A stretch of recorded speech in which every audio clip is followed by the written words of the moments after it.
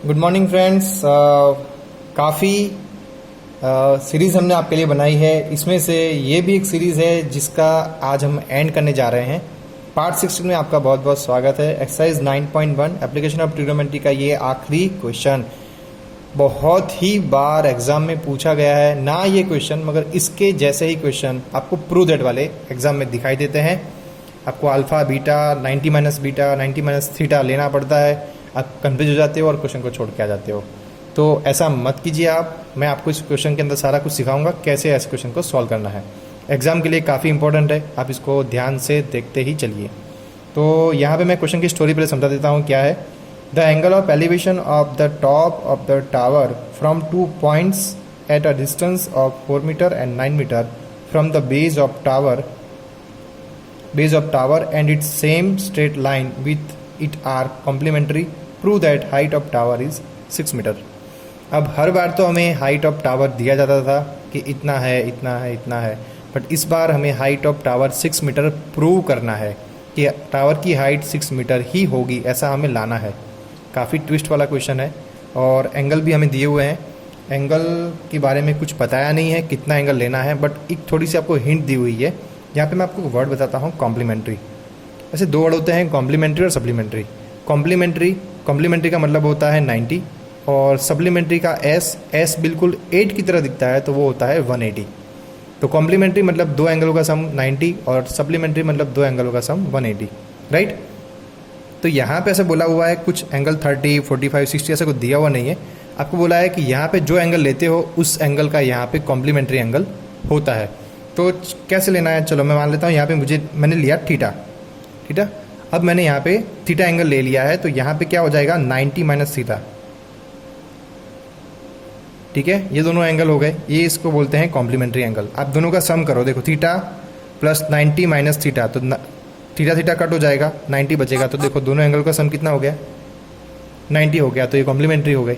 इस तरीके से अगर सप्लीमेंट्री बोला होता तो मैं क्या करता, यहाँ पे थीटा और यहाँ पे 180 माइनस थीटा लेता। और हम क्या कर रहे हैं, दो अलग अलग पॉइंट से टावर की हाइट को हम शो कर रहे हैं। तो जो डिस्टेंस है दो पॉइंट के बीच का 4 मीटर और 9 मीटर है, और इसकी हेल्प लेते हुए हमें टावर की जो हाइट है वो 4 मीटर प्रूव करनी है। तो मैंने आपको बताया था कि दोनों ट्रायंगल के अंदर जो हाइट है वो सेम आ रही है, तो मैं दोनों ट्रायंगल से हाइट की इक्वेशन बनाऊंगा और फिर हाइट की इक्वेशन को मैं से कुछ ना कुछ वैल्यूज़ को मैं सिंप्लीफाई कराऊंगा। तो मैं पहले नाम दे देता हूँ ए, बी, सी और डी। अब दो ट्रायंगल ले लेता हूँ मैं। यहाँ पे ए, बी, सी, जिसमें ये 4 मीटर दिया हुआ है और ये है 90 माइनस थीटा, यहाँ पे एच दिया हुआ है। और दूसरा एक ट्रायंगल लेता हूँ मैं जिसमें ये एच होगा, ये 9 मीटर दिया हुआ है और ये दिया हुआ है थीटा, राइट। अब मैं दोनों ट्रायंगल में एच की इक्वेशन बनाऊंगा, A B D. tan theta की बात करूं तो ये हो जाएगा h/9, राइट। और यहाँ पे मैं tan 90 में थीटा की बात करूं तो ये हो जाएगा h/4, राइट। अब दोनों में h की इक्वेशन बनाए तो ये क्या हो जाएगा 9 इंटू टेन थीटा, और यहाँ पे हो जाएगा h is equal to 4 10 90 minus theta. Okay, दोनों में h की इक्वेशन सेम आई।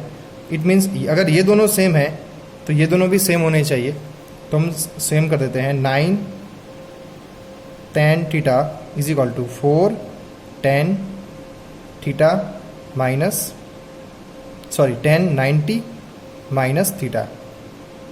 ओके, अब मैं क्या कर रहा हूँ 9 10 theta is equal to 4 10 90 minus theta. ये किसी का फॉर्मूला था, ट्रिग्नोमेट्री आपने पढ़ा होगा तो आपको मालूम होगा ये कॉस थीटा के बराबर होता है।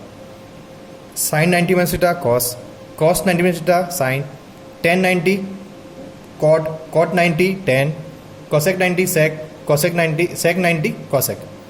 इस तरीके से फॉर्मूले थे, आपको पता ही होगा, आपने ट्रिग्नोमेट्रिक आइडेंटिटीज पढ़ी होगी तो आपको पता ही होगा। अब मैं क्या कर रहा हूँ, दोनों को नंबर को अलग, फंक्शन को अलग कर लेता हूँ।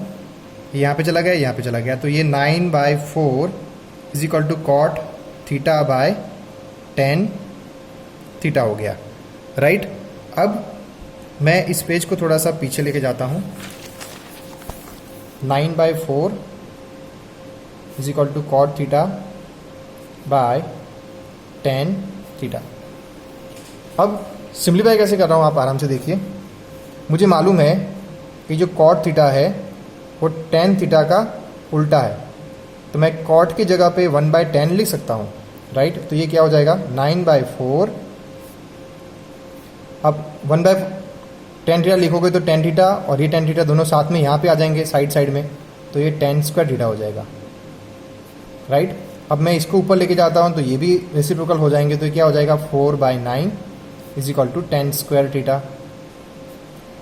मुझे टेन स्क्वायर थीटा नहीं चाहिए, स्क्वायर रूट चाहिए, टेन थीटा अकेला चाहिए, तो ये स्क्वायर आप इधर भेजोगे तो क्या हो जाएगा स्क्वायर रूट हो जाएगा 4/9 is equal to tan theta. 4 और 9 दोनों परफेक्ट स्क्वायर हैं, तो ये हो जाएगा 2/3 is equal to tan theta, right. अब हमारे पास, मैं फिर से ट्राइंगल ड्रॉ कर लेता हूँ। यहाँ पे हाइट थी, यहाँ पे 60, ये 90 माइनस कौन सा एंगल था, यहाँ पे एक बार चेक कर लेते हैं डायग्राम। यहाँ पे 9 मीटर था, यहाँ पे थीटा का एंगल था, ओके। तो अब हम h की इक्वेशन याद करते हैं, क्या था tan theta is equal to h by 9 था। अगर मुझे h चाहिए तो क्या हो जाएगा 9 इंटू टेन थीटा, बट फिलहाल जो मेरा टेन थीटा की जो वैल्यू आई है वो क्या है 2/3 है, तो h इज इक्वल टू 3 ज़ा कट हो गया। Now 3 into 2 h is equal to 6 metre.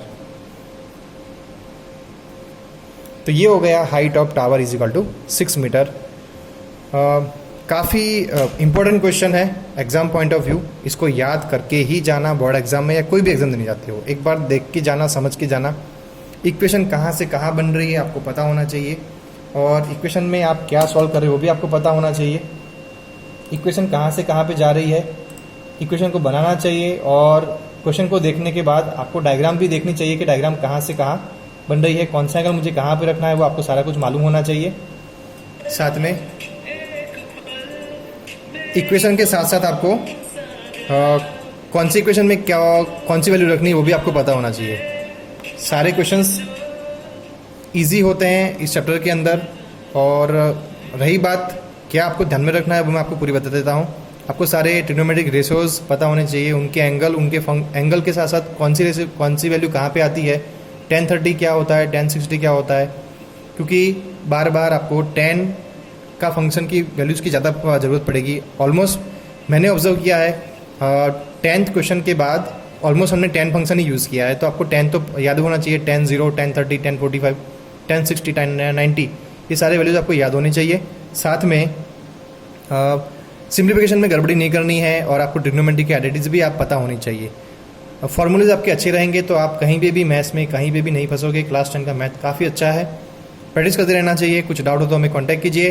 तब तक मिलते हैं एक नए वीडियो सीरीज़ के साथ। आज हमने ख़त्म कर दिया, आज एक नया चैप्टर स्टार्ट भी किया था और आज ख़त्म भी कर दिया। टोटल 16 क्वेश्चंस थे। मैंने आपको 16 वीडियोस के अंदर सारे क्वेश्चंस बारीकी से समझा कर आपको प्रोवाइड किया है। काफ़ी हार्डवर्क डाला है आपके लिए, तो इसके लिए एक लाइक, शेयर, सब्सक्राइब तो बनता ही। अपने फ्रेंड सर्कल में इसको शेयर कीजिए, और हो सके तो हमें सपोर्ट कीजिए। हमारे डिलाइट एकेडमी में ज्वाइन हो जाइए, हम आपके सारे डाउट्स क्लियर करेंगे। मिलते हैं नेक्स्ट वीडियो के अंदर एक नई वीडियो सीरीज़ के साथ। तब तक के लिए थैंक यू सो मच। हमारी नई सीरीज़ आएगी, वो होगी अरिथमेटिक प्रोग्रेशन। तो keep watching with join with us and keep watching with us, stay tune with us. Thank you so much. मिलते हैं नेक्स्ट सीरीज़ के अंदर।